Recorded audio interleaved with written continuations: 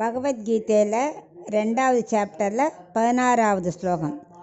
நாசதோ வித்யதே பாவோ நாபாவோ வித்யதே சதஹ உபயோரபி திருஷ்டோ அந்தஹ த்வனயோஸ்தத்வதர்ஷிபிஹி.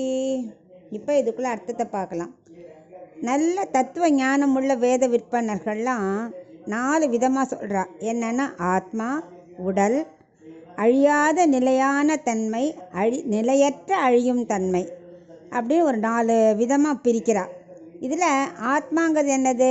அழிவற்றது. உடல் அழிவுள்ளது. ஆத்மா உடலில் இருக்குது, ஆனால் அந்த உடலின் தன்மையான அழியும் தன்மை இந்த ஆத்மாவுக்கு கிடையாது. உடலுக்கு எப்போவுமே அழிவில்லாத தன்மைங்கிறதே கிடையாது, அது அழிஞ்சு தான் ஆகும். இதை 4 விதமாக ஞானிகள் பிரிக்கிறா. இப்போது பரீட்சையில் தேரணுன்னா என்ன பண்ணணும்? நல்ல மார்க் வாங்கணும்னா ராத்திரி முழுக்க படித்து போராடுறா இல்லையா? அந்த மாதிரி இந்த போரில் நீ வெற்றி அடையணும்னா என்ன பண்ணணும்? போரிட்டே ஆகணும். உயிர் போர்லேயும் போகலாம், சாதாரண வியாதி வந்தும் போகலாம். உயிர் எப்படி ஒரு நாள் உன்னை விட்டு பிரியத்தான் போகிறது. அது யாராலும் அது யாருக்குமே அது உறுதி கிடையாது. அதனால் இதுதான் இயற்கைங்கிற நீ புரிஞ்சுக்கணும். அதுக்கு மனசை பழகிக்கணும் அப்படின்னு கண்ணன் கூறுற.